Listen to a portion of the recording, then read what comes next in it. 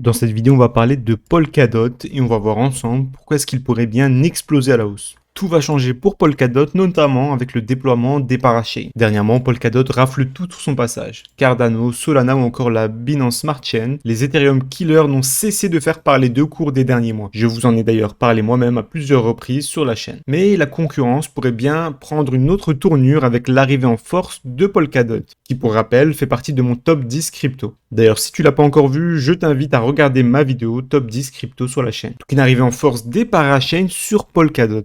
Polkadot, c'est une blockchain qui a été imaginée par Gavin Wood et Robert Habermeiser. En fait, c'est deux anciens collaborateurs de l'Ethereum. L'objectif principal de Polkadot, c'est d'assurer, comme je vous l'ai déjà dit, l'interopérabilité des blockchains. Vous me dire, oh, mais qu'est-ce que c'est que ça, l'interopérabilité? Le mot paraît un peu barbare, mais c'est plutôt simple. C'est en fait le fait de permettre de la communication entre différentes blockchains. C'est-à-dire que la blockchain du Bitcoin pourrait communiquer avec celle de l'Ethereum, qui communiquerait elle-même avec celle de Polkadot, et ainsi de suite. Ça permettrait en fait de créer une sorte d'internet des blockchains. Voilà, donc la sienne a été développée par Parity Technologies, l'entreprise à l'origine du client d'Ethereum. Polkadot se définit lui-même comme une infrastructure de couche zéro, assurant la sécurité et la validation des transactions. Ça permet en fait de coordonner différentes parachains, des sortes de blockchains de première couche qui sont déployées sur le réseau. Chacune de ces parachains dispose de son propre écosystème et de ses propres règles. En gros, ça veut dire que Polkadot permet que même au sein du même projet, il y ait différentes blockchains. C'est-à-dire que dans le Polkadot, il peut y avoir plusieurs blockchains et séparer ainsi, par exemple, les applications décentralisées, donc qui seront traitées sur une blockchain, les transactions qui sont traitées sur une autre, et par exemple une troisième blockchain qui permet de faire la liaison.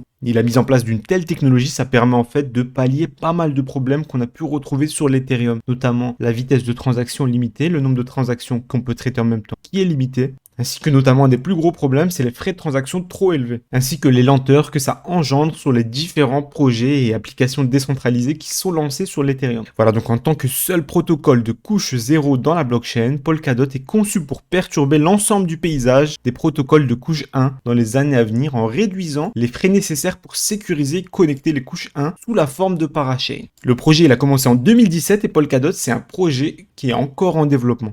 Il a récemment fait parler de lui à travers Kusama notamment, son réseau, qui est dit Canary, et qui fait office de réseau de test à grandeur nature.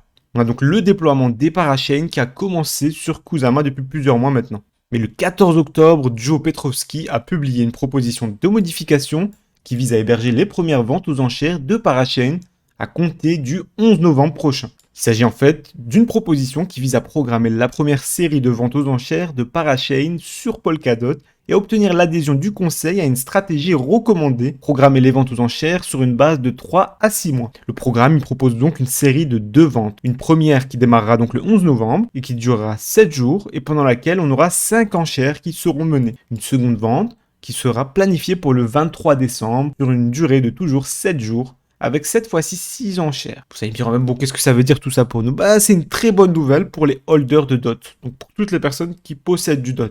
La blockchain de Polkadot dispose donc d'un jeton natif, le DOT. En plus de faire office de jeton de gouvernance, ça assure un pouvoir décisionnel à ses détenteurs. Et ce jeton, il permet aux utilisateurs de sécuriser le réseau via un module de stacking. Donc suite à cette annonce de vente aux enchères, le jeton il a enregistré une hausse de 17% et il est passé de 35 à 41 dollars dans la nuit du 13 au 14 octobre. Et cette hausse, elle s'est pas arrêtée. Elle s'est poursuivie jusqu'à atteindre 44 dollars le 16 octobre. Depuis le cours a légèrement baissé, il est revenu à 41,12 dollars, mais avec la reprise du bull run, il est déjà remonté à 43,3 dollars. Et comme je l'ai dit, bon, c'est pas un conseil en investissement, mais personnellement, je suis plutôt haussier sur le projet et j'ai investi il y a quelques temps déjà. Voilà, si c'est pas déjà fait, pense à t'abonner, activer la cloche des notifications pour ne rater aucune info pendant ce bull run pour maximiser tes profits. Et n'hésite pas également à liker la vidéo et à me donner ton avis dans les commentaires concernant le Polkadot.